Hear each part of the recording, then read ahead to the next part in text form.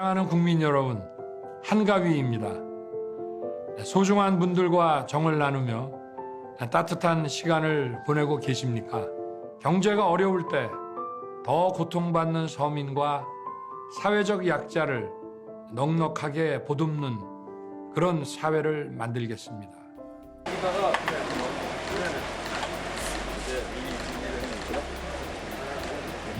간이 딱 맞네. 좀 풀어야죠. 좀 지금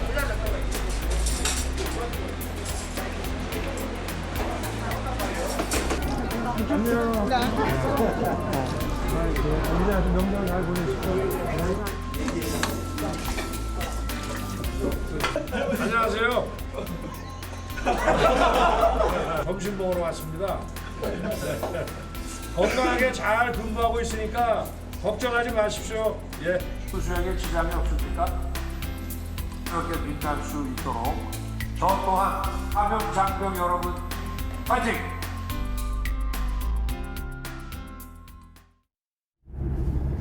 다들 추석 잘 보내고 계시죠? 저도 추석 새로 갑니다. 갈 때마다 좋죠. 여러분도 고향 가면 좋지 않나요? 이런 데서 여유 있게 하룻밤 아무 생각 없이 쉬었으면 좋긴 하겠네요. 세상살이가 하도 팍팍해서 여유가 잘 안 생깁니다.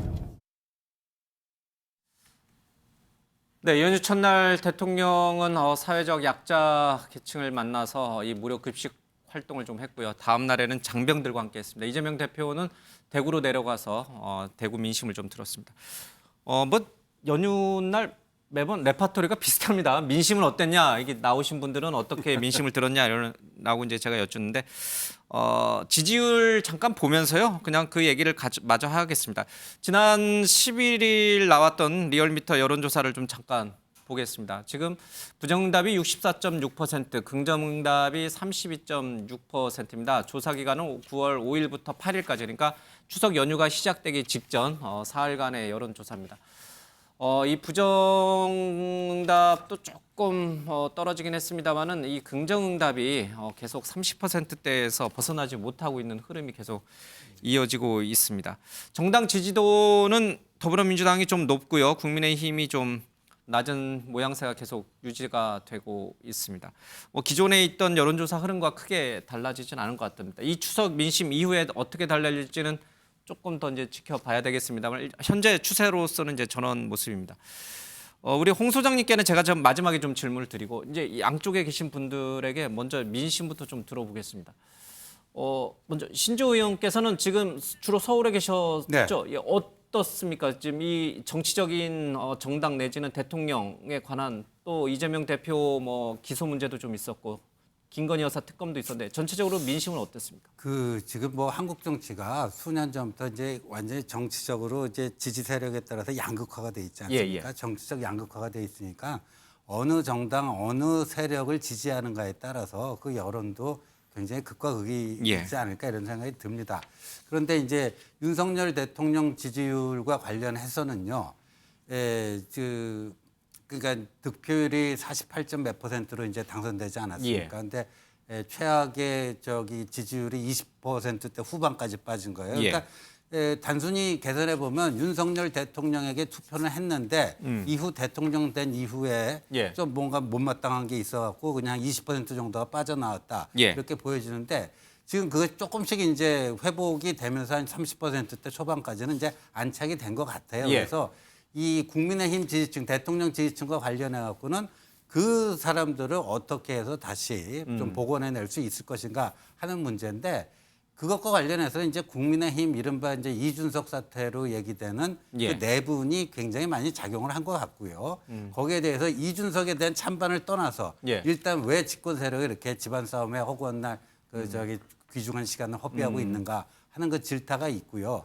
그것이 어떤 식으로 이제 수습이 되고 마무리되는가에 따라서 이 대통령과 국민의힘 지지율은 또 반등할 수도 있고 지금처럼 정체 상태에 계속 빠질 수도 있고 그럴 것 같습니다. 그러니까 대통령과 이 국민의힘 내용 문제에 대한 쓴소리를 좀 많이 들었다 이런 뜻이죠. 신 의원님은요? 신 의원님은 어떻게 들었습니까? 지금 민심을. 지금 국민들 뭐 누구에 대한 지지율보다도 전체적으로 본다면 국민들이 볼 때는 정치에 대한 피로감이 좀 많아졌다. 다시 말하면 3월 달에 대통령 선거 올해 전 같지만 따지고 보면 3월 달 대통령 선거 한 거예요. 예. 6월 달에 지방선거 했죠. 그 이후에 벌어지는 일련의 여야의 강대강 대결 여기에다가 어떻게 보면은 민생이라 그럴까요? 경제 문제에 대한 팍팍한 삶 예. 이런 것 때문에 굉장히 좀 긴장도가 높아지면서 정치 전반에 대한 좀 불신 같은 게 커지고 있다는 느낌을 강하게 받아요. 그래서 집집마다 정치 이야기를 이번에는 하지 말자고 아예 선을 끊거나 이런 경우가 많은데 예. 그 내면 속에는 현재 정치 상태, 현재 여야 상태에 대한 여야를 막론하고 불만과 불신이 저는 증폭되고 있다. 이 점이 가장 크다고 봐요. 예. 정치 불신에 대한 전반적인 확산이 일어나고 있다. 예. 두 분은 어떻게 보셨습니까? 지금 이재명 민주당 대표에 대한 수사가 과연 적절한 것인가 하는 그런 여론조사 문항도 있습니다. 이게 법과 원칙에 따른 기소였다, 수사였다라고 하는 응답이 50%를 넘었어요. 그러니까 과반을 넘고 지금 민주당이 그러니까 두 분이 매번 저희 뉴스와이드에 나와서 이건 정치보복이다라고 주장하셨지만 사실 정치보복이라고 우리 국민이 생각하는 비율은 42%로 좀 낮았습니다. 이 부분에 대해서는 민심은 어떻게 들었습니까? 일단 여야가 좀 협치라고 하는 모양으로 예. 그 어떤 정치의 복원 같은 게 이루어져야 되는데 정치의 복원보다는 어쨌든 수사가 추석에 올라오니까 국민들 입장에서는 참 답답하다는 생각들을 많이 하시고요. 예. 또 한편으로는 좀 안타까워하셔요. 그러니까 대통령 지지도가 이렇게 낮은 게 정상이 아니지 않습니까? 예. 그러니까 국민들 바람도 좀 잘 됐으면 좋겠고. 그런데 문제는 이제 윤석열 대통령 본인의 문제라고 인식하고 본인의 문제를 인식한다면 자기가 같이 이렇게 동sol하고 있는 예. 비서실부터 좀 바뀌어야 되는데 비서실에도 책임지는 사람이 아니라 행정관급이 이렇게 좀 더 직급이 낮은 사람들만 바뀌고 이러니까 예. 안타까워하고 뭔가 이렇게 윤석열 정부가 뭘 하려고 하는 것들을 국민 앞에 좀 가시적으로 보여줬으면 좋겠는데 그런 것이 없고 이 주석 밥상 언론 기사는 다 이제 이 사법적 이런 이슈만 올라오니까 그 점에 대해서 무척 아쉬워하더라고요.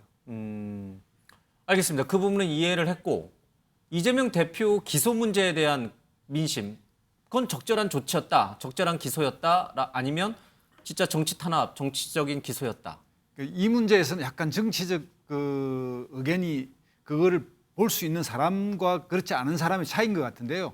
그러니까 이제 허위사실 유포라고 하는 어떤 그 객관적 사실을 꼼꼼히 본 사람이라면 이게 좀 스토리가 되냐? 정치적 기소다. 예, 이렇게 보는데 그냥 통상 제가 있다면 수사해야지 이렇게 생각하는 사람들이야 뭐 어른이 알아서 했지 않겠냐 이렇게 이야기하는 차이인데요. 내용을 잘 모르는 예, 사람은 법과 원칙에 따른 수사다라고 이제 응답했을 확률이 높다. 예. 저는 이 사안이 허위사실 유포가 얼마나 큰 잘못인지 꼼꼼히 본 사람과 안 본 사람의 차이라고 봅니다. 예. 끝까지 이제 우리 김두수 총장님은 이게 정치적 기소 쪽에 조금 쏠려 있는 것 같고 박 교수님은 민심을 많이 들으셨을 거 아니에요, 그렇죠? 네, 네, 예, 이재명 대표 기소에 대해서도 그렇고 윤석열 정부의 국정 운영 전반에 대해서도 민심을 들었을 텐데 어떻게 일단 받아들이셨어요? 윤석열 대통령의 국정 운영 전반에 대해서는 거의 절망적이다. 어디서 들으셨습니까? 그 민심. TK 쪽의 분들하고 통화를 많이 했어요. TK에서요? TK 쪽 분들하고 제가 통화를 많이 했습니다. 그럼 TK 쪽에 계신 분들이 지금 윤석열 정부는 절망적이다 이렇게 많이 제가 이제 통화한 분들의 뭐 성향일 수도 있고 예. 흔히 하는 이제 주로 이제 학교 계신 분들하고 통화를 많이 했는데 절망적이다. 예, 그 자질, 태도, 능력 이런 부분에서 그 중에 이제 윤석열 대통령을 찍은 분도 계세요. 대통령감이 아니다. 이렇게 딱 단언하듯이 말씀하시는 분들이 상당히 좀 많았습니다. 예, 그런 말씀드렸고요. 이재명 그 대표 기소. 대표에 대해서는 뭐 별 말씀을 안 하시더라고요. 별 말씀을 이제 관심이 없는 거죠. 관심이 없는 거죠. 관심이 없는 건데. 예. 이재명 대표 기소에 대해서는 대구 분들이 관심이 없어요? 별 관심이 없어요. 별로 안 좋아하시니까 그런 것 같더라고요. 그런 부분이 있는 것 같은데 저 여론조사를 보면서 이제 좀 그런 생각이 드는데 예. 사실은 저런 여론조사도 정치의 극단화와 흑백 논리를 만들어내는 하나 일조하고 있습니다. 딱 갈라서 정치 보복이다. 또 한쪽에서는 법과 원칙이다. 예를 들면 저 중간에 좀 과하다. 이런 표현이 있을 수도 있는 거 아니겠습니까? 그죠? 제가 봤을 때 이재명 대표에 대해서 좀 우호적인 분들은 이 상황이 좀 과하다. 기소할 정도는 아니다. 네, 김두수 총장님 말씀하고 비슷한 게 그 내용은 구체적으로 잘 몰라요. 사실은 거기에 대해서 법적으로 해석하고 이런 부분들은 일반 국민들이 깊이까지 들어가지는 않는데 좀 과하지 않느냐. 뭐 요 정도 선에서는 동의는 되는 것 같아요 보니까. 아니 저 두 분 말씀도 뭐 야당 입장에서 굳이 뭐 굉장히 내용을 잘 모르시는 분들이 답변해서 그런 것 아니냐 말씀을 할 수 있지만 이건 국민의 상식적 판단이에요. 그러니까 누구도 법 위에 서지는 못한다. 예. 이재명 대표라도 심지어 우리나라 대통령도 전직 대통령도 탄핵당한 이 나라인데 야당 대표라고 해서 잘못한 게 있으면 당연히 조사는 받아야지 않은 나름의 상식이 깔려 있는 이 여론조사로 봐야 된다. 제가 볼 정치 보복수라는 게 40 몇 % 나오는 이 부분이 제가 볼 더 크게는 많이 나온 거예요. 제 생각과 달래. 예. 오히려 저는 상식적인 국민의 상식이 좀 그냥 판단이 투영된 여론조사 결과를 보는 게 합리적이라고 봐요. 그래서 이제 제가 말씀드린 게 법과 원칙에 따라서 수사해야 되지만 좀 과하다. 그 정도 절충도 있으면 좋죠. 네. 예, 그 문항은 없었다. 네. 예, 너무 이분법적으로 나왔다. 여론조사 우리 전문가인 홍 소장님에게 그럼 조금 더 이제 세부적으로 좀 들어보겠습니다. 먼저요. 하나. 대통령 지지율이 소폭 오르긴 했습니다만은 이제 국정수행 지지율 운영에 대한 국정수행 평가 지지율이 오르긴 했습니다만은 여전히 30%대를 이렇게 팍 치고 올라가지는 못하고 있어요. 이제 저점은 지난 것 같긴 한데 20%. 그렇죠. 왜 어쨌든 이유가 뭡니까? 이 조사 기관마다 조금 차이는 있지만 최저점에 비해서 한 1, 2, 3% 정도 내에서 반등하는 이거는 뭐 크게 반등이라기보다도 제가 볼 때는 더 이상 하락은 멈추었다는 쪽이 오히려 더 의미가 있을 예. 것 같습니다. 그런데 대통령 지지율이 지금 30% 전후에서 이렇게 정체를 보이는 가장 큰 이유는 뭐 선거 때 분석하는 거 똑같다고 보시면 될 거예요. 지금 이 소위 말하는 뭐 좌우 또는 중도 보수 이 두 진영 내에서 중도층이라는 게 있는데 현재 선거에서나 정치 흐름에서 이 선거판에서는 캐스팅포트 역할을 하는 예. 거고 보통 이런 선수 방향타를 하는 이 층이 뭐가면 지금 현재는 중도층과 2030 세대들이에요. 2030 세대들과 중도층인데 딱 보면은 지금 보면은 2030 지지율이 정체되는 것은 바로 이준석 문제와 관련해서 당내 논란이 생기면서 2030 세대들이 지지율을 체를 해버렸습니다. 윤 대통령에 대해서. 그렇죠. 예. 그다음 중도층 문제는 사실 이 김건희 여사 문제와 관련해서 많이 이겼습니다. 중도층이 가장 중요하게 생각하는 것이 뭐가 법치 공정 상식이에요. 그래서 이거는 대통령 보면은 뽑았죠. 예. 윤 대통령이 공약에서 내걸었던 거고 그러다 보니까 이 문제가 바로 김건희 그 여사에 딱 이게 관련이 되다 보니 예. 지지율이 보통 정권 초에 한 50에서 60% 정도 지지율 나오는데 예. 그중에 중도층과 2030 세대에서 받아야 될 그 지지율이 빠져나간 상태에서 김건희 여사 문제나 2030 문제 즉 이준석 문제가 해결이 안 되고 있으니 더 이상 반등이 안 되는 겁니다. 그러면은 기존 여론조사에서도 여러 번 이제 언급이 됐습니다만은 지금의 이런 낮은 국정수행 평가 지지율의 주 원인 제1차 큰 책임은 어디 있느냐라는 응답에 항상 윤 대통령 본인 스스로다라는 응답이 가장 많았고 그 다음에 이제 당의 내용 뭐 이런 식으로 이제 나오는데 그 부분과도 지금 설명이 동일한 건가요? 예를 들어서 지금 법치 상식 이 공정이라는 예. 이 중도층 보편적 가치가 국정에서 통치 행위로서 반영해야 하는 것은 대통령이 제일 중요한 문제고 예. 그것이 문제가 된 게 김건희 여사로 문제가 되니까 중도층에서 빠져나가는 거고 역시 또 아까 이야기했던 2030 문제도 그 문자 사건 때문에 발발이 예. 되어버렸지 않습니까? 그러다 보니까 이 문제가 지금 책임 소재 문제가 대통령한테로 지금 다 가고 있는 거예요. 그래서 지금 사실 대통령 지지율을 놓고 본다면 이번에 어느 정도 지지율을 올려야 될 절박한 상황이었습니다. 최저 상황이 되고 지지율을 반등을 시키기 위해서 몇 가지 조치를 취했습니다.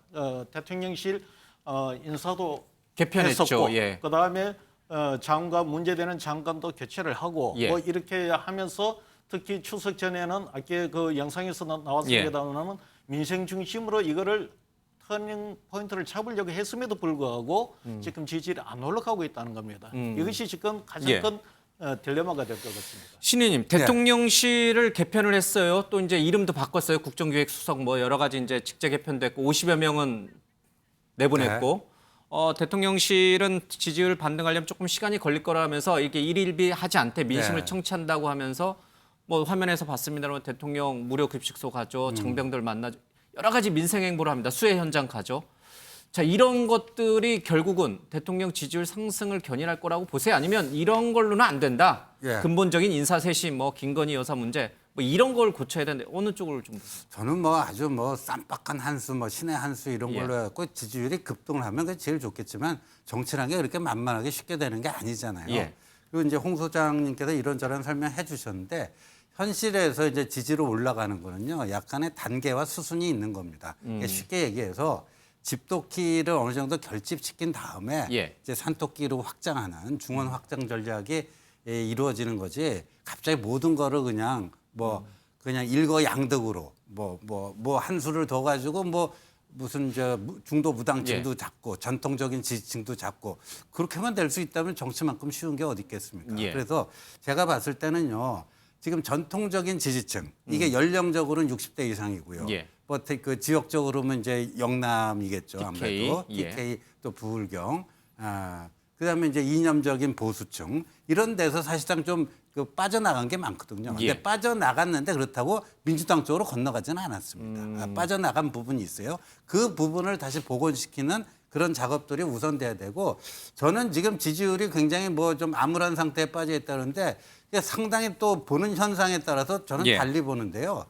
저거는요 윤 대통령의 어떤 의미가 있냐면요 저지선 구축이라는 의미가 있습니다. 그러니까 예. 내 바닥이 어딘가를 확인했다. 바닥 확인이라는 게 굉장히 중요하거든요. 심리적으로도요 바닥이 어딘지 모르면은요 사람은 불안합니다. 예. 바닥 밑에 또 뭐 지하실이 있고 지하실 밑에 뭐가 그러니까 근데 이제 바닥을 확인하고 그 30%대가 이제 저지선이구나. 역대 정권 보면요 다 콘크리트 지지율이 얼마다라는 표현이 다 있었습니다. 예. 근데 이제 윤 대통령은 산무예요.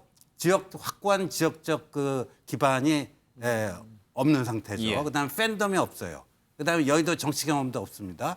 이런 상태에서 과연 대통령 윤석열의 콘크리트 지지율은 얼마냐? 이게 예. 굉장히 궁금했거든요. 그러니까 제가 봤을 때는 이 30% 정도로 확인을 한 거다. 그러니까 이거를 삼아서 그걸 삼아서 어떻게 이제 단계적으로 접근해 나갈 것인가 그런 과제가 남아 있다고 봅니다. 어떤 분들은 대통령이 이번 포항 이제 이 태풍 피해 현장을 또 방문하고 여러 가지 이제 민생 현장을 챙기는 모습을 보이면서 30%를 유지하는 그러니까 오히려 더 떨어질 수 있는 거를 막은 긍정적 효과를 가져왔다 이렇게 이제 해석하시는 분들도 좀 덜어 있긴 한데 야당이 볼 때 우리 박 교수님 네네. 지금 대통령의 이런 민생 행보라든지 또 여러 가지 이제 국정 대통령실 어떤 쇄신이라든지 어떤 큰 그림에서 지금 이제 바른 방향으로 가고 있다고 보세요? 아니면 뭐가 더 여전히 미흡하다고 쇄신했나요? 행정관 바꾼다고 쇄신된 건 아니잖아요. 사실은 과거 정부 같았으면은 비서실장 정도 이 사퇴하고 정무수 수석들 이렇게 보세요? 비서실장 바뀌면 쇄신이에요? 사실 그 국정의 전반에 키를 잡는 사람을 바꿔야지 쇄신이죠. 실무자를 바꾼다고 하는 것은 그게 국정 쇄신이라고 볼 수는 없죠. 그렇게 봐야 된다고 보고요. 저는 뭐 그렇게 봅니다. 이게 뭐 민생 현장 때문에 올라갔다기보다는 그 우리 신조 의원님 말씀하신 것처럼 더 떨어지는 걸 막았다. 저지선이 있는 거죠. 이 보수 유권자들이 이거 더 이상 떨어지면은 대통령의 진퇴 문제까지 나오겠구나라는 예. 우려감 이런 것들 때문에 저는 뭐 30% 정도의 이제 그 저지선이 만들어졌다 예. 이렇게 보는데. 저런 이제 민생 행보가 저는 개인적인 좀 취향도 좀 포함되어 있습니다만은 저는 제가 윤석열 대통령이면은 연금 개혁이라든가 뭐 산해은행 부산 이전 같은 이런 좀 굵직한 정책 이슈를 좀 꺼내 가지고 좀 다른 면모를 한번 보여줬으면 좋겠어요. 예. 계속해서 윤석열 대통령이 보여주려고 했던 것은 홍보용 그림이었습니다. 홍보용 그림에서 계속해서 실수가 나왔던 거고 예. 도어스태핑이라고 하는 메시지에서 계속 실수가 나왔던 건데 그 메시지가 정책 메시지도 아니고 감성적으로 접근하겠다라는 그런 메시지들에서 계속해서 실수가 나왔거든요. 그렇다면은 이제는 좀 근본적인 좀 변화를 qui해가지고 우리 감성적인 접근이 아닌 국정 비전은 무엇이다라는 것을 던져가지고 하는 말로 반대자도 만들어내고 그렇게 하면서 지지층을 다시 좀 끌어모으는 그런 좀 발상의 전환을 좀 한번 해보시면 어떨까 그런 말씀 드리고 싶네요. 알겠습니다. 한 언론 매체에서 이 대통령 신뢰도 조사를 했습니다. 이게 뭐 여론조사 문항이라든지 또 응답자 특성 여러 가지들을 좀 같이 고려를 해서 해석을 해야 될 텐데 어쨌든 겉으로 드러난 표면화된 점수만 놓고 보면은 2020년, 그러니까 올해 윤석열 대통령이 받은 신뢰도 점수는 10점 만점에 3.62점입니다. 그러니까 0에서 4점 사이 구간은 불신 구간, 그리고 5점은 보통, 6에서 10점 사이 구간은 신뢰 구간으로 이제 분류를 한다고 하는데 3.62점이었습니다. 이게 어느 정도 낮은 수치냐면 2016년 8월 말에 박근혜 당시 대통령 신뢰도가 3.91점이었는데 그때보다도 더 낮은, 그러니까 역대 최고로 낮은 이제 취임 초기에 점수가 좀 나왔습니다. 왜 그럴까? 왜 저 언론사가 조사한 여론조사에서 왜 윤석열 대통령의 취임 초 신뢰도가 가장 낮은 점수를 보일까? 뭐 여태까지 했던 얘기와 크게 다르지는 않을 건데 김두수 총장이 보실 때 가장 큰 이유는 뭐라고 보세요? 일단 윤석열 대통령의 기본적 태도가 예. 임기 초반에 보면 대통령으로서의 태도가 잘 안 보이는 행태가 있습니다. 그러니까 돌아보면 일종의 뭐 좀 심한 쪽에서는 그 유튜브 쪽에서는 뭐 대통령 놀이를 한다 이렇게 비유할 정도로 주말에 일종의 그 주말에 이 젊은 사람들이 뭔가 자기들 그 원하는 걸 하듯이 쇼핑을 간다든가 이런 민생 행보가 아니라 김건희 여사와 데이트하고 예, 뭐 이런 거 데이트하는 말씀하시는 느낌 거예요? 이런 예. 것들을 이게 이루어졌고요. 이제 그런 거에 의해서 저 사람이 정말 정치를 한 번도 안 해보고 대통령이 됐으면 공부를 열심히 하고 참모들 모아서 대책 회의를 세우고 예. 뭔가 이렇게 대통령으로서의 업무를 다 하려고 해야 되는데 예. 뭔가 이게 즐기는 느낌으로 왔거든요. 이제 거기서부터인데 거기서 문제가 됐으면 좀 더 한 단계 나아가서 또 대책을 세우고 대통령 본인의 문제로 돌아봐야 되는데 대체로 언론을 탓하고 야당 탓하고 예. 전 정권 탓을 하고 이런 식으로 또 이 그 어떤 자기의 그 변명을 그런 식으로 바꿔갔거든요. 거기서부터 시작됐다고 생각하고요. 지금이라도 대통령 본인의 자세와 자기가 통솔하고 있는 비서실 이것에 대한 핵심. 그러니까 대통령이 정치행위면 비서실장이 좀 행정행위 예. 맞는데요.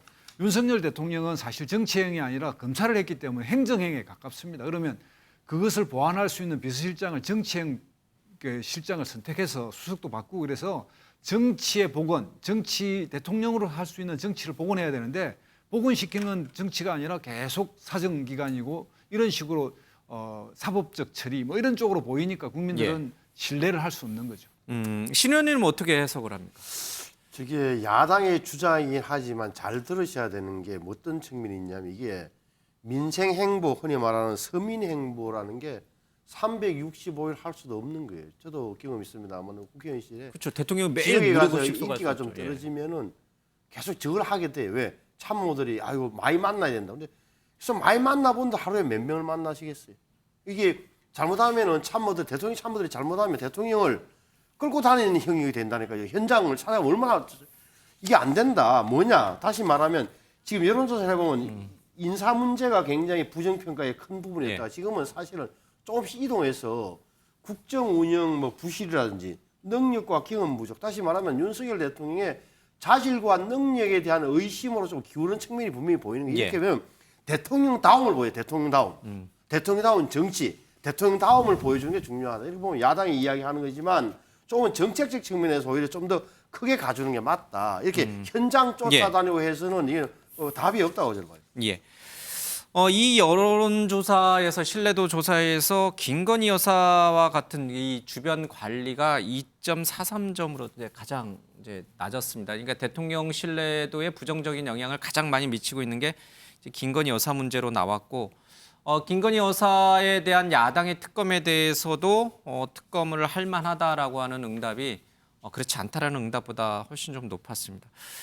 이 김건희 여사가 가만히 있어도 이 부분은 계속 이제 이슈가 되는 모양이에요. 이 취임 이후부터 지금까지 줄고. 네. 그래서 아마 제일 이게 난제가 될 겁니다. 예. 근데 이 김건희 여사의 문제는 다른 문제가 아니고 다 이 법적인 논쟁의 논란의 중심에 서게 됩니다. 예. 우리나라 국민들한테 법치가 뭐냐라고 물으면 간단하게 정리를 해요. 예. 법 앞에 평등입니다.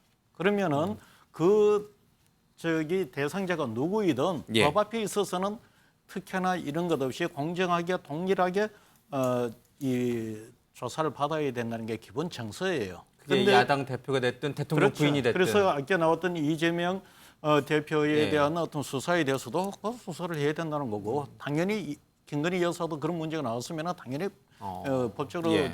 저기 그 수사를 받아야 되는 거고 그것이 자꾸 무혐의 처리되니까 그러면은 저기 그 국회에서 살펴야 되지 않느냐 예. 이런 여론으로 가는 겁니다.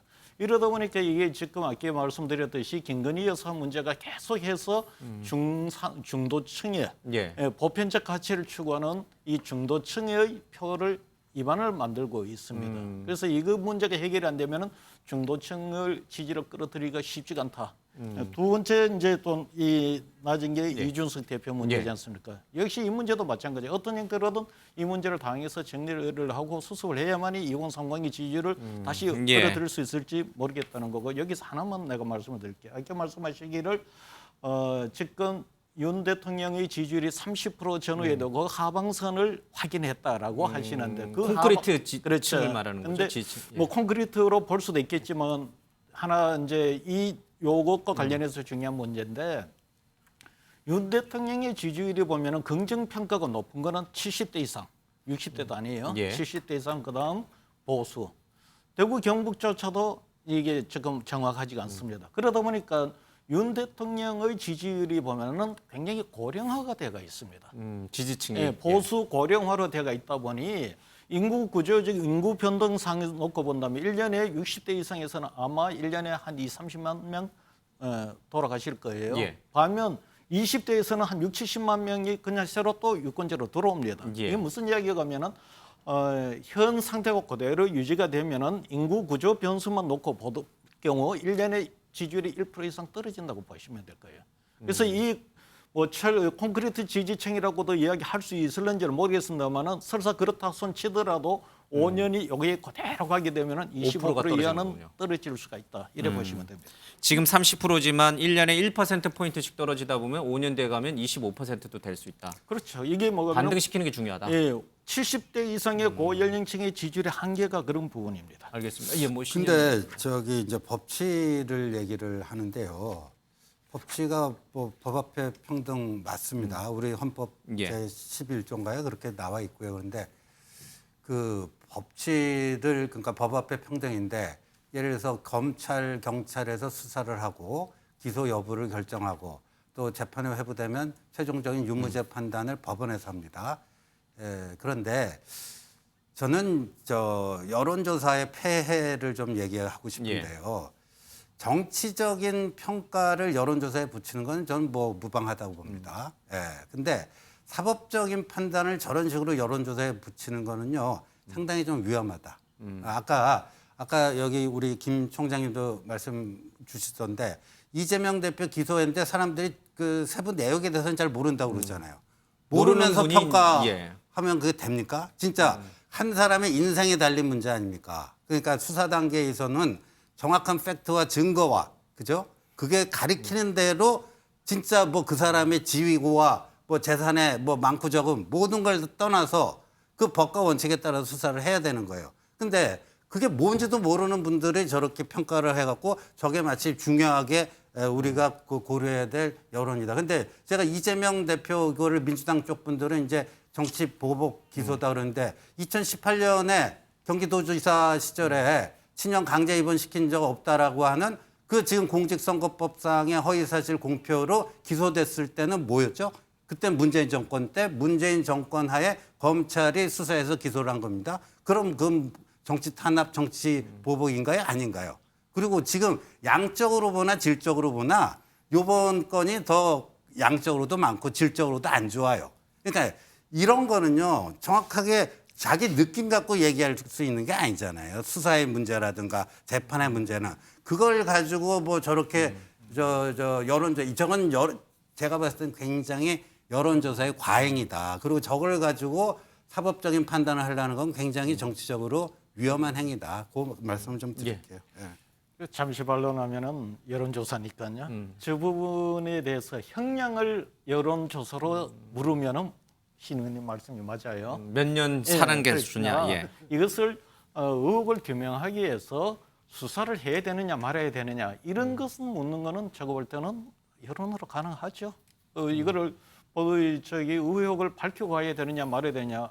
그게 왜 여론조사가 저기 올때 그거는 한 가지만 제가 더 말씀드리면요. 예. 우리나라가 우리보다도 그래도 또 민주주의가 더 발전돼 있다는 이른바 선진 민주주의 국가랑 비교해 보면 이렇게 여론조사 많이 하는 나라 없습니다. 그러니까 여론을 측정하기 위한 여론이 어느 정도 형성됐으면 그 결과를 확인하기 위한 여론조사해야 되는데 윤석열 대통령 지금 취임 100일 때까지 100개의 여론조사가 발표가 됐어요. 이렇게 하는 나라 없습니다. 예. 뭐 일주일에도 뭐 몇 개씩 이제 새로운 여론조사가 나오니까요. 알겠습니다. 어쨌든 지금 나온 여론조사 저희들 소개해준 여론조사 내용만 놓고 보면 이재명 대표의 기소는 법과 원칙에 따른 기소인 만큼 재판을 성실히 받아라 이런 여론이 높은 것 같고요. 김건희 여사 특검에 대해서도 적절하다는 의견이 적절하지 않다라는 의견보다 높습니다. 그렇게 되면 어떻게 될까요? 이재명 대표는 적절하게 재판을 받고 김건희 여사도 특검에 응하고 이렇게 되면 모든 게 해결될까요? 근데 박지원 전 국정원장은 이렇게 하면 나라가 망한다라고 오히려 거꾸로 경고하고 있습니다. 들어보겠습니다. 이재명 대표의 기소, 김건희 여사의 특검 이렇게 강대강으로 가는 것은 결국 나라가 어려워집니다. 진검승부로 가거든요. 저는 이렇게 가면은 나라가 망한다고 생각합니다. 그래서 저는 여야가 진검승부를 할 게 아니라 빨리 여야 영수회담을 통해서 가령 쌍특검으로 거기다 맡기고 양당 특히 대통령과 이재명 대표는 경제 민생 물가 문제로 가자. 예, 이렇게 가면은 나라가 망한다. 야당 대표 수사하면 안 된다. 기소하면 안 된다. 김건희 여사 특검 정치적으로 이렇게 나가면 안 된다. 야당이 정신 차려라. 뭐 이렇게 박지원 전 원장은 주장하고 있습니다만은 또 여론조사는 조금 다르게 나온 것 같습니다. 조금 화제를 바꿨어요. 윤석열 대통령이 엘리자베스 3세 엘리자베스 여왕 이세. 이제 뭐라고 불러야 되죠? 여왕 서거? 서거 예, 예. 성하 서거 이후에 사망. 이제 찰스 3세. 예. 서거 이후에 찰스 3세가 이제 왕으로 새롭게 즉위를 하면서 이 여왕의 이 장례식에 직접 참석하기로 했습니다. 아울러서 유엔 연설도 하기로 했죠. 자, 그 모습 먼저 보겠습니다. Right, guys, we're gonna move back.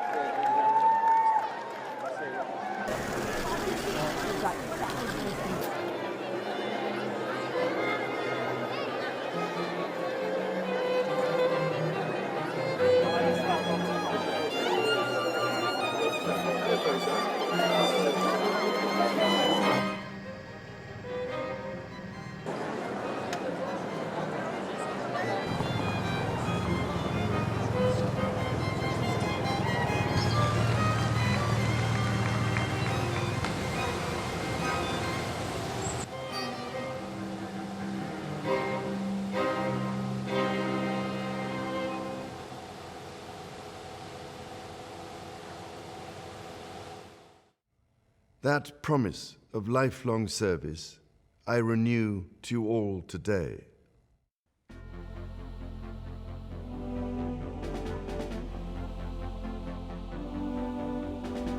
Of God, of the United Kingdom of Great Britain and Northern Ireland,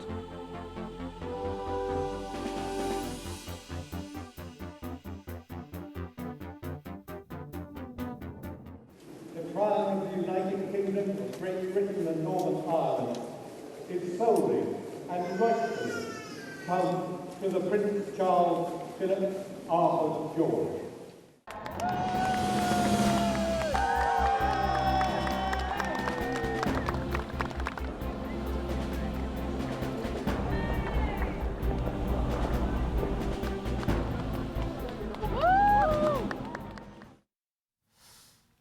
네, 보신 것처럼 엘리자베스 2세 여왕 장례식이 오늘 19일 열립니다. 대통령이 직접 참석할 예정이고요. 바로 또 다음 날 20일에는 이제 뉴욕 미국으로 넘어가서 유엔 총회 연설을 좀 하고 또 캐나다 트루도 총리와 또 만나고 굉장히 이제 바쁜 일정으로 해외 순방에 나섭니다.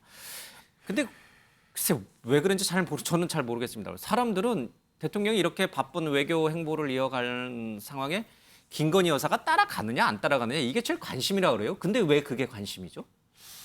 뭐랄까 언제부턴가 김건희 예. 여사에 대해서는 꼬리표랄까 제 개인적 생각 미운 틀이 바뀌었다는 느낌을 받을 때 한두 번이 아니에요. 그러니까 이런 건데 어쨌든 예. 5박 7일 동안 가신다 그래요. 영국 예. 갔다가 미국 갔다 캐나다 간다니까 저는 뭐 동행을 하건 그 문제 중요하지 않은데 완전히 강행. 언론의 보도가 다시 한 번 더 김건희 여사에 예. 초점을 맞출 경우 또 어떤 장신구를 했냐는 이런 문제로 나올까 봐서 걱정은 많이 돼요. 어찌됐건 뭐 저는 가기로 했죠, 근데. 뭐 동행한다는 게 그렇게 의미는 없다고 보고 또 하나는 저런 영국의 저런 걸 볼 때 우리가 부러워할 이유도 없고 저 다 자기들 정치 문화잖아요. 예. 역사적 확률에서 탄생한 게 국왕제고 왕정이고 예.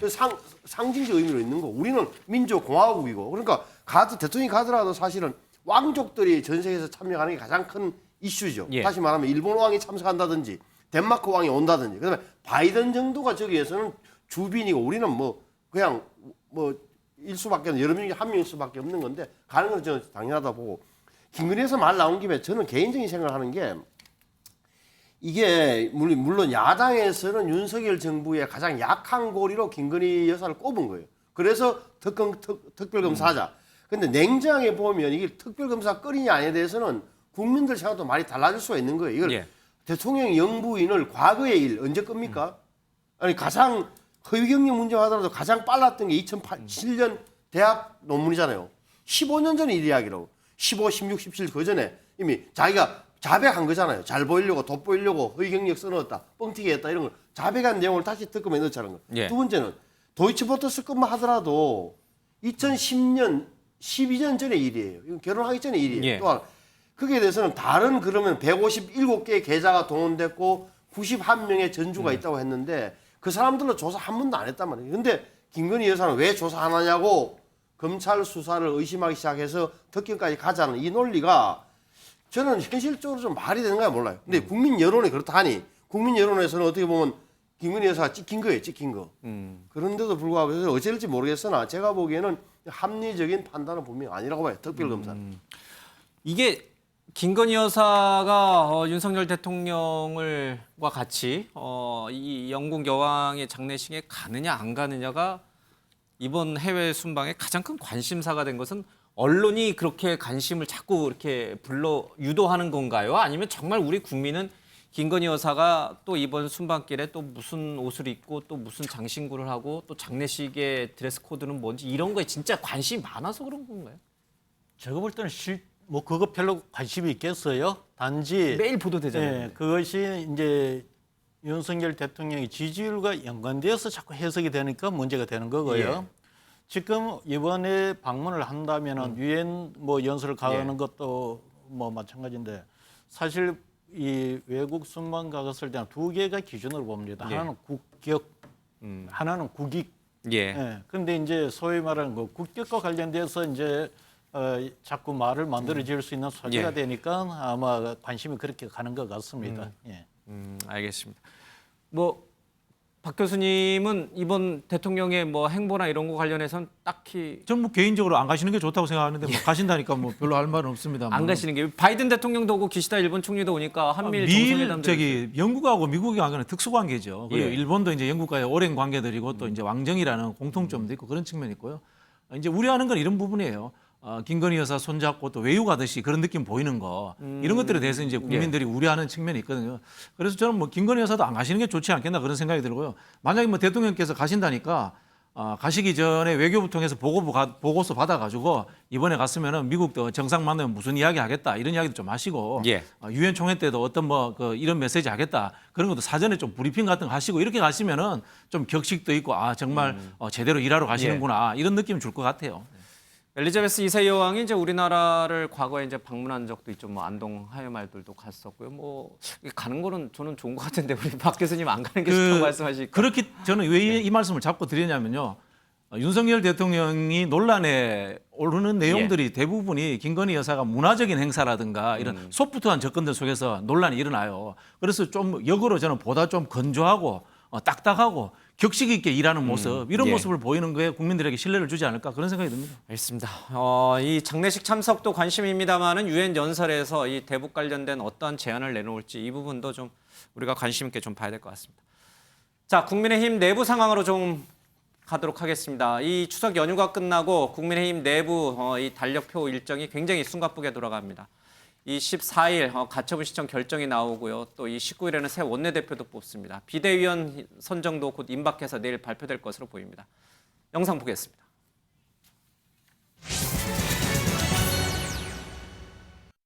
14일 날도 법원에 심리가 예정돼 있죠.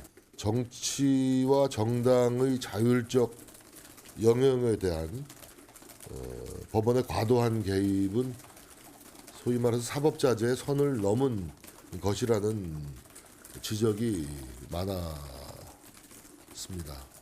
우리는 공당으로서 법원의 판단을 피해갈 수 있는 방도가 없기 때문에 겸허한 마음으로 법원의 판단을 기다리겠다라는 생각이고요. 우리 법률지원단에서도 14일 날 법원의 심리에 철저하게 대응하고 있다라는 말씀도 아울러서 드리겠습니다. 기존 비대위원분들 중에서도 그대로 가시는 분들도 결정이 된 바가 있습니다. 기존 비대위원들은 대부분 바뀔 것 같아요. 남는 분도 있다는 말씀이세요? 아니, 없을 것 같아요. 그러니까 일단 원칙적으로는 전원 바꾸는 방침으로 비대위원장님께서 구상하고 계시는 걸로 이해했습니다. 네, 내일쯤에 새 비대위원들이 발표가 될 것으로 보입니다. 모레 14일 날에는 이준석 전 대표가 이 지금 정진석 비대위원장을 비롯해서 이 가처분 신청을 내놨는데 이거에 대한 신문이 있습니다. 김수주 총재님, 이번 주가 굉장히 이제 국민의힘은 중요한 한 주예요. 14일 가처분 신청 결정에 따라서 또 한 번 큰 소용돌이로 가느냐, 아니면 이제 수습 국면으로 가느냐 하는데 이게 어떻게 될 것 같냐라고 이렇게 전문가분들에게 물어보면 다들 반반이에요, 그렇죠? 뭐 예.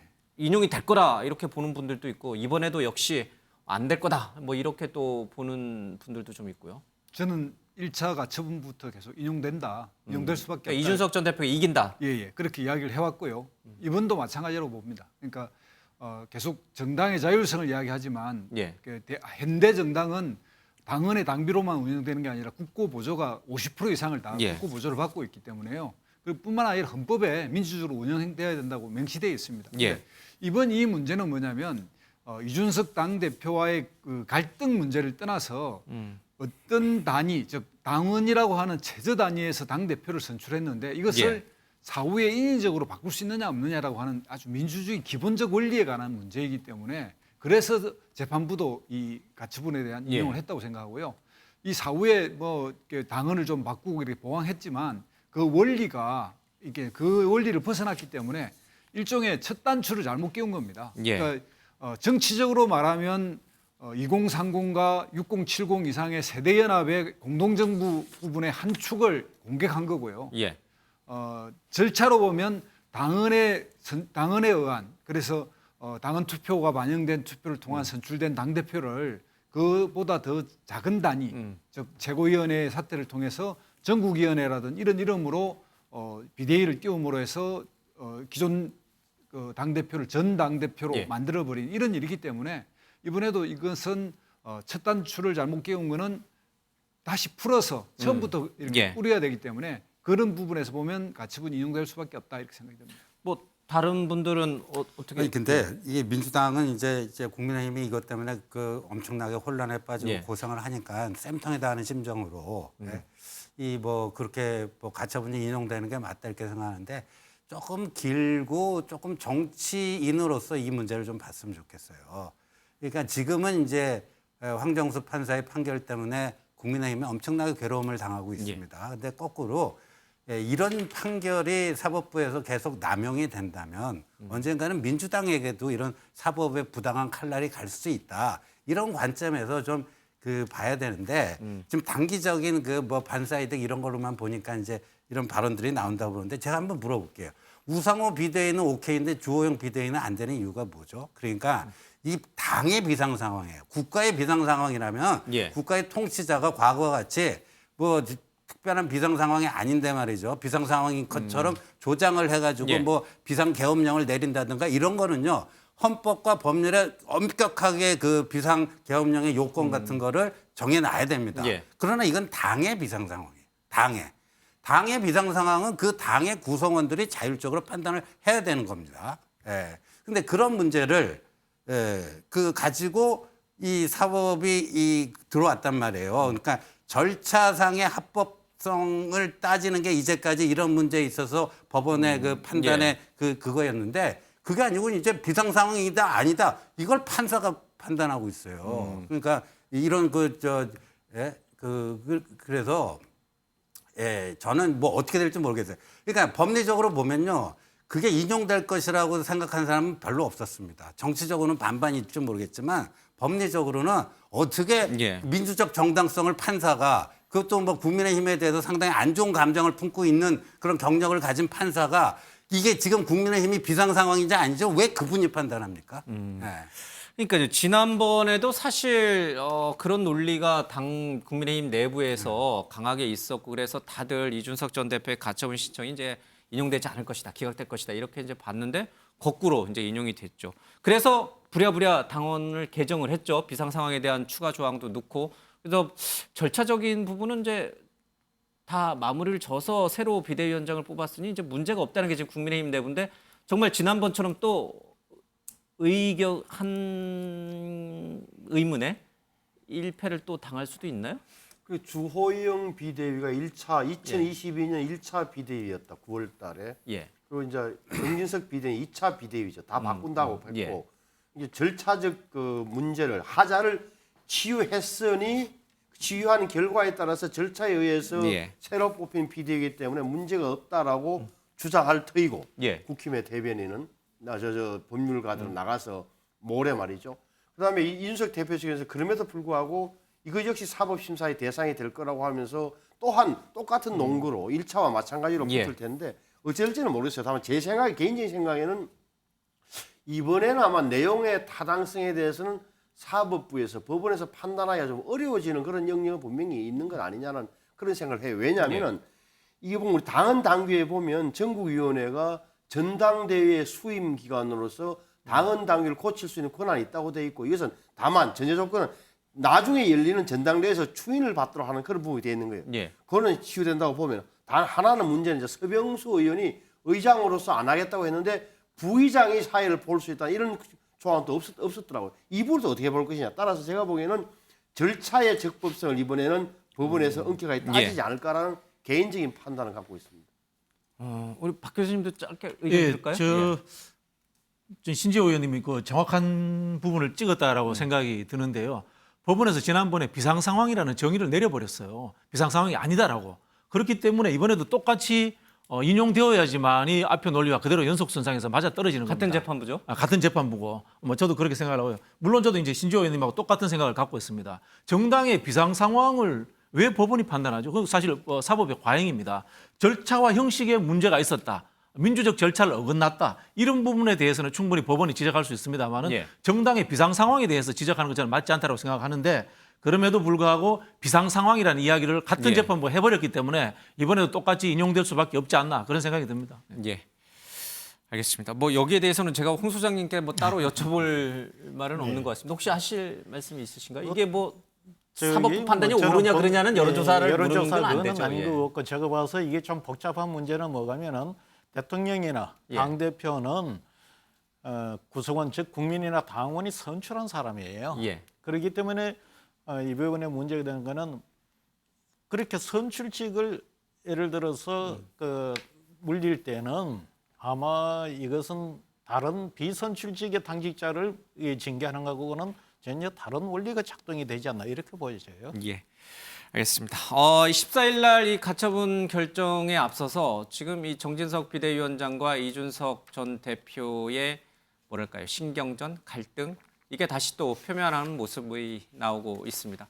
과거에도 그랬었죠. 이 우크라이나 방문을 놓고선도 아주 격한 설전이 두 분 사이에 오갔는데 지금 이 가처분 신청 결정 심리를 앞두고도 똑같은 분위기가 연출되고 있습니다. 영상 보겠습니다. 대리인단과 상의해 보니까 성명 불상자를 한번 가처분 걸어볼까 하는 생각하고 있습니다. 예고적 가처분인데 아마 그 성명 불상자를 걸어버릴까 그러면 완전 당이 희화화 되겠죠. 이미 지난 법원에서는 비대위는 무효고 그렇기 때문에 최고위 체제 그리고 거기에 따른 그 직무대행 체제로 돌아가라는 사실상의 이제 판단을 내린 것인데 그걸 그냥 국민의힘이 받아들이지 않았을 뿐이지 대안이 없는 것이 아닙니다. 대표가 그 가처분 신청을 하겠다고 했는데 그 현명하고 지혜로운 판단을 좀 해줬으면 좋겠습니다. 돌아올 수 없는 강을 건너면 안 되겠죠. 예, 전 그렇게 생각을 하고 있습니다. 아직 되돌릴 수 있는 여지가 있다 그런 관계라고 보시는 거죠? 아무튼 모든 노력을 다 해야 되지 않겠습니까? 예, 점화를 하고 오후에 이준석 전 대표가 가처분 신청을 내니까 정진석 비대위원장은 이제 건널 수 없는 강을 건너버렸다 이렇게 이제 선을 또 그어버렸습니다. 또 연휴 기간에 나왔던 여러 가지 이제 설전도 좀 있습니다. 이준석 전 대표 수락산에서 힘드니까 이제 사는 동네가 이제 그쪽 상계동 쪽이니까 수락산에서 힘드니까 쉬운 803에서 서성인다 해 초선이나 해보고 말해라 뭐 이제 이런 식의 얘기를 하고 있죠. 대구 803에서 칩거에 들어갔던 이준석 전 대표를 비판했고 이준석 전 대표 측에서는 뭐 당대표를 한 번이라도 해봤느냐 뭐 전형적인 꼰대 구태 정치다라고 하면서 양측이 아주 치열한 또 신경전을 벌입니다.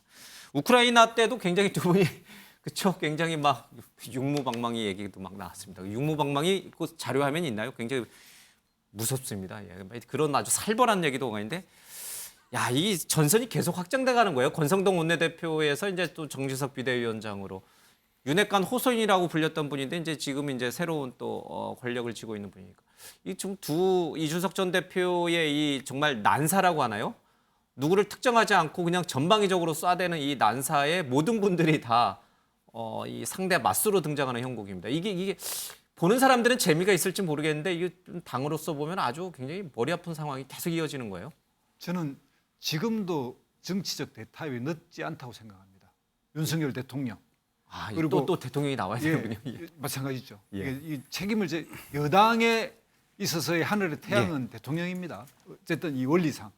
그다음에 지금 전진석 비대위원장 그리고 이제 새로 원내대표 뽑히면 원내대표 그리고 이준석 대표가 정치적 대타협으로 이 문제를 해결할 수 있는데 그럼에도 불구하고 그 길을 가지 않는 것. 예. 그다음에 이제 정치적으로는 원내대표를 뽑아서 원내대표가 비대위가 아니라 최고위원회를 복원하면 해결이 됩니다. 예. 그러니까 절차적으로 제도적으로 할 수 있는 걸 안 하고 계속 무리하게 비대위원을 함으로써 그렇게 하는데 저런 가운데서도 비대위원장이 되시면 훨씬 포용력 있게 이제 이렇게 말을 이준석 대표하고 싸울 일이 뭐 있겠습니까? 국민의힘을 정상화시키는 부분에 필요한 모든 지혜를 동원해서 당원들을 설득하고 당원들에게 어떤 당을 이끌어갈 것인지 그걸 이야기하지 이준석 대표하고 싸워버리니까 이 문제가 훨씬 갈등 관계로 가거든요. 그래서 그런 모든 부분에 있어서 상수, 중수, 하수가 다 있는데 왜 저 최악의 하수를 선택해서 당을 더 이렇게 어려운 갈등 관계로 가나 이게 잘 이해가 안 됩니다. 이제 김두수 총장님은 이제 윤 대통령이 직접 나서서 이준석 전 대표를 포용하라 끌어안아라 이제 이렇게 자꾸 이제 주문을 하시는데 현실적으로 가능성이 좀 낮아 보이는 건 총장님도 아시죠? 마음만 바쁘 알면서 그 얘기를 하시는 것 같아요. 예. 그러니까 그 이제 현실적으로 이미 돌이킬 수 없는 그래도 거기까지 그게 해법이다라고 얘기하시는 그거 아시면서도 그렇게 발언하는 그 의도는 결국 그렇게 할 수도 있는데 대통령이 좀 이게 품이 넓 줄 못해가지고 통이 좁다, 속이 통이 좁다. 좁아갖고 또 이런 식의 그 뭐를 좀 하려는 의도 아닌가 보여지는데 이제 저는 이렇게 봅니다. 이준석 전 대표가요. 또 2차 그 가처분 여기서도 뭐 첫 번째 그 1차 가처분 그때도 뭐 전혀 예상치 못했던 결과가 나왔기 때문에 또 어떻게 될지 모르겠어요. 저도. 그 이제는 뭐 예상하기 좀 쉽지 않은 건데 그런데 이길 수는 있어요. 그러니까 법적으로 이길 수는 있다. 이준석이 1차에 이어서 2차도 법적으로 이길 수는 있지만 이준석은 법률가가 아니잖아요. 정치가잖아요. 그럼 정치인은 정치로서 성공을 거둬야 되지 않습니까? 근데 이준석은 법적으로는 이겼는데 정치적으로는 패망의 길로 간다. 저는 그 얘기는 분명히 드리고 싶습니다. 말 나온 김에 이준석 전 대표는 어떻게 될까요? 지금 이 연휴 기간에도 뭐 추석 연휴 날씨가 워낙 좋으니까 뭐 당원 가입하기 좋은 날입니다. 그래서 뭐 자꾸 당원을 모집하고 있던데요. 이준석 대표의 지금도 당원이잖아요. 그리고 전직 대표고 당원권이 정지된 당원. 그러면 저 가벼움에서 벗어나야 돼요. 그러니까 당원들이나 지지하는 입장에서는 좋아서 막 날뛰는 것처럼 보이잖아요. 미안한 표현이지만 당이 이렇게 막 혼란스러운 그러니까 좀 뭐라 그럴까 정치적으로 유연함도 보여야 되고 좀 참을린 어른들 하는 말로 참을린 세계 이런 거 있잖아요. 좀 참고 은인자중하는 게 필요한 거예요. 정진석 대표도 저렇게 위원장도 지난번에 싸워서 못 이겼잖아요. 아, 못 이겼습니까? 못 이겼잖아요. 결국. 인정하시는 저렇게 거예요? 싸울 게 아니에요. 그래서 저거는 이준석 대표하고는 싸울 일이 아니다. 그냥 무시하고 가면 되는 거다. 저는 그럼 결정적으로 뭐가 어떻게 해야 되느냐. 저는 항상 이야기합니다. 첫째, 정치적 대타협을 해야 돼요. 왜? 윤석열 대통령 입장에서 보십시오. 두 개의 전선을 갖고 못 싸우는 거예요. 야당의 가장 강한 대표로 재등장한 이재명 170 몇 석을 들고 덤비고 있고 여기에 당내에서는 이준석 몰아내기로 이렇게 만약에 된다면 이 싸움을 어떻게 두 개 전선에서 이길 수 있겠어요? 제가 보기에는 이거는 끌고 가면 끌고 갈수록 위험해진다. 물론 이번에 이제 14일 날 이후에 판결이 어떻게 나오는지 보십시오. 그럼 어떻게 되냐? 윤석열 대통령 입장 표명을 해야 돼요. 사과든 아니면은 뭐 유감이든 아니든 어쨌든 미안하게 됐다든. 두 번째, 윤석열 대표가 동시에 대표적 자진 사퇴해야 돼요. 사퇴하면 되는 거예요. 그다음에 이준석 대표는 일종의 자기의 정치 영역을 보장해주고 대표 선거에 안 나오도록 한다든지 나름대로 정치적으로 풀어나가는 게 필요한 거예요. 그다음에 대회에서 다시 우리가 당 대표를 새로 뽑은 이렇게 하는 거지. 이렇게 지금 우리를 짓누르고 있는 중 하나가 내부의 분열, 내부의 배신자를 처단하면 없애면 일사불란하게 되면 당이 좋아지고 거기서 지지율이 올라갈 거라고 보는 거예요. 왜? 장기적으로 가면 그게 훨씬 낫다라고 생각함직해요. 하지만 과연 그럴까? 이 등을 판단을 해줘야 돼요 지금.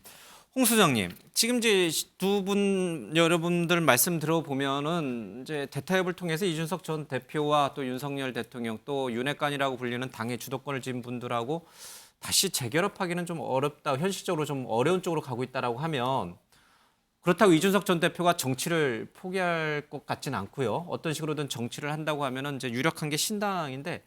뭐 여론조사를 쭉 그냥 수십 년 해오셨으니까 한국 정치에서 이 새로운 어떤 제3신당의 이 성공 가능성은 매우 희박하지 않습니까? 이준석 전 대표가 그걸 모를 리는 없을 거 아니에요. 제가 볼 땐 신당 가능성은 없다고 봐요. 아, 성공할 가능성이? 아니요. 이준석이나 이준석 전 대표가 반윤 진영이 나가서 신당을 만들 가능성은 없다. 왜냐 얼마 전에 만들어서 아주 냉혹한 어떤 바깥세계 그걸 경험했는데 왜 또 신당을 만들겠습니까? 두 번째는 바른미래당 말씀하신 거예요? 예, 두 번째는 제가 볼 때는 정치적으로 그러면은 이야기하시기를 해결해야 된다고 하지만은 신 의원님은 어차피 풀 수 없는 정치적 해결이 아니냐라고 하는데 뭐 그 말도 틀리지 않습니다. 지금 책임 소재를 물으면은 윤석열 대통령이 25.8%로 제일 책임이 많다고 하는데 그렇다고 윤석열 대통령이 어찌 할 수는 없단 말입니다. 두 번째는 윤핵관 20.9% 나오지만 윤핵관은 어떻게 해서 뒤로 물린다 손치더라도 이 문제가 구도적인 문제가 해결 안 됩니다. 그래서 제가 볼 때는 이거는 뭐 방법이 없고 저게 가처분 결과가 어떻게 나오더라도 조만간에 전당대회를 해야 돼요. 그 가능성이 크겠죠. 그래서 내가 볼 때는 지금 국민의힘의 시니어 그룹하고 주니어 그룹하고 세대 간의 대결이에요. 초재선 의원과 다선 아니요. 아니면 지금 초재선은 좀 일찍 그한 초재선은 아니고 젊은 그 나이로 2030 젊은 당원들 2030 옛날 같으면 2030이 민주당으로 갔었죠. 근데 특이하게 현재 2030은 국민의힘으로 많이 와 있단 말입니다. 그래서 이 2030과 그 당의 560세 연대배 분들하고 지금 주니어 그룹과 시니어 그룹의 정치적 전선 형성이 됐다고 봐요. 제가 볼 때는 이준석이 없어져도 또 제2, 제3의 이준석이 나올 겁니다. 그래서 이 부분은 제가 볼 때는 힘으로써 전당대회에서 한번 그 대결을 통해서 정리될 수밖에 없지 않냐. 저는 그렇게 봐요. 알겠습니다. 이 대목에서 뜬금없는 질문이 될 수 있지만 박 교수님, 이제 홍 소장님 설명 들으셨죠? 2030이 지금 옛날 같으면 민주당에 가는데 지금은 전부 국민의힘 주변에 맴돌고 있다라는 얘기를 하는데 왜 그런 거예요? 민주당은 뭘 잘못했길래 2030의 마음을 잃어? 뭐 다 가 있지는 않고요. 이대남 이대녀가 지난 대선 때도 남녀랑 좀 다르다. 분리되어 있었고요. 종합적으로 이 새로운 이 선진국 시대에 맞는 청년 정책을 내놔야 될 것 같아요. 민주당이요? 민주당이 과거에 이제 이 공동체적인 가치로서 청년 세대를 봤는데 요즘 청년 세대들은 개인의 자유라든가 개인의 희망사항 이런 욕구가 강하기 때문에 그런 것들에 좀 이 천착해서 정책이나 아이디어를 철학을 만들어내야 된다 이런 생각이 좀 들고요. 뭐 이준석 대표가 그렇다고 해서 뭐 청년 전체를 대표하는 건 아닙니다. 한 사람의 이제 정치인일 뿐이다 그런 생각이 들고요. 한편으로 보면 그 국민의힘 계열의 이준석 대표라든가 이 젊은 청년 정치인들이 좀 부러울 때도 있습니다.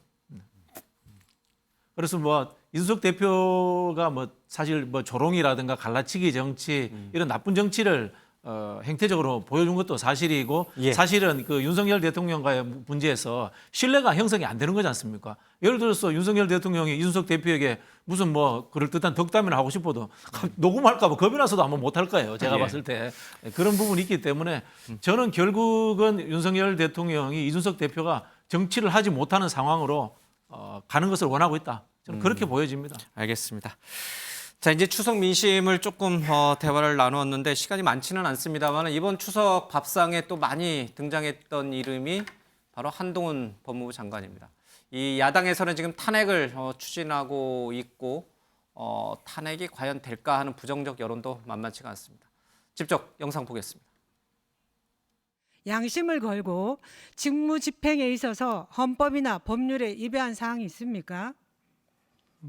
제가 여러 번 말씀드렸는데요. 다수당인 민주당에서 절차에 따라 탄핵을 발의하신다면 전 절차 내에서 당당하게 임하겠습니다. 그런데 민주당은 왜 이렇게 유독 한 장관에 대해서만 탄핵을 주장하는 등 공세를 강하게 편다고 생각하십니까? 제가 취임한 지 100일 정도 됐는데요. 근데 유독 국민을 범죄로부터 보호하기 위한 것과 관련된 범죄 업무 수행에 대해서는 이견이 있으신 것 같습니다. 저는 할 일 하는 것이라고 생각하고 있고요. 평가는 국민께서 하실 거라고 생각합니다. 시간이 많지 않아서 제가 한 30초 정도씩만 좀 드려야 될 것 같아요.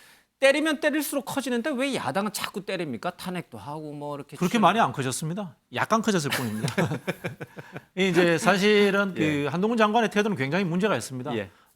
제가 늘 말씀드립니다만은 국회의원들이 여야를 떠나가지고 장관에게 질의할 때는 국민의 대표로서 질의하는 겁니다. 거기에서 더불어민주당을 직접적으로 언급을 한다거나 과거에 민주당이 위장탈당 꼼수를 썼다. 이거는 장관의 표현으로서는 절대 써서는 안 된 아주 오만한 표현입니다. 탄핵 사유가 된다? 탄핵 사유는 뭐 아니라고 봅니다. 그 부분이. 표현을 그렇다고 해서 뭐 탄핵 사유가 되는 건 아니잖아요. 탄핵 사유는 헌법과 법률을 위반했을 때 이제 탄핵 사유가 되는 건데 이런 부분에 대해서는 저는 여야를 막론하고 따끔하게 장관에게 경고해야 된다고 봅니다. 그런 부분이 있고요. 한편으로 보면 저는 그 한동훈 장관이 탄핵이라든가 이런 갈등을 유발하는 측면이 있다고 봅니다. 장기적으로 한동훈 장관이 정치를 하고 싶어 하고 있다. 저는 그런 해석이 됩니다. 정치를 하게 되면 여당의 차기 주자로 유력합니까? 지금 여론조사는 일부 그런 조사도 있긴 하던데. 제가 원래 가능성이 별로 없다고 보이죠. 저는 그래 보는 편이에요. 왜냐하면 약간 느낌이 한동훈 장관이 갖고 있는 장점이 뭐죠? 샤프하다, 똑똑하다, 논리적이다. 민주당 의원들이 한마디도 안 지르다.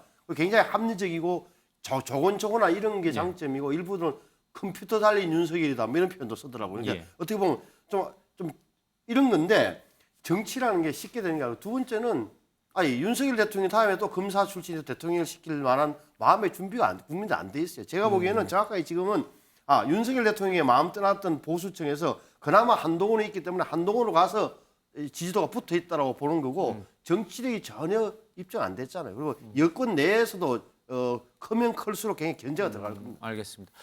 글쎄 뭐 탄핵 여부는 좀 차치하고 정말 한동훈 장관은 정치에 관심 있는 거예요? 총선에 나오는 거예요? 다음 총선에? 김수민. 제가 볼 때는 나올 가능성도 꽤 있다고 봅니다. 예. 그러니까 지금 행보로 봐서 정상적인 장관으로서의 수행보다는 정치 장관화 됐고요. 본인도 그걸 의식하고 있는 것 같습니다. 그래서 답변이나 이런 거에서 한마디도 지지 않고 정치적으로 공세를 하고 있지 않습니까? 그런데 그런 측면에서 보면 뭐 지금까지 국회에서 탄핵이 세 분밖에 안 되지 않습니까? 노무현 대통령, 박근혜 대통령 그리고 임성근 부장판사라고 그렇긴 하지만 헌법과 법률에 명백한 위반이 되면 국회의원들이 두려워할 이유가 없죠. 저는 뭐 충분히 탄핵할 수도 있다고 생각합니다. 신재호 의원은 어떻게 보세요? 한동훈 장관의 미래를. 뭐 본인의 선택 아니겠습니까? 본인의 선택에 따라서 그런데 이제 정치라는 거는 모르겠어요. 제가 봐서는 그렇게 천재성이 발휘될 수 있는 그런 영역은 아닙니다.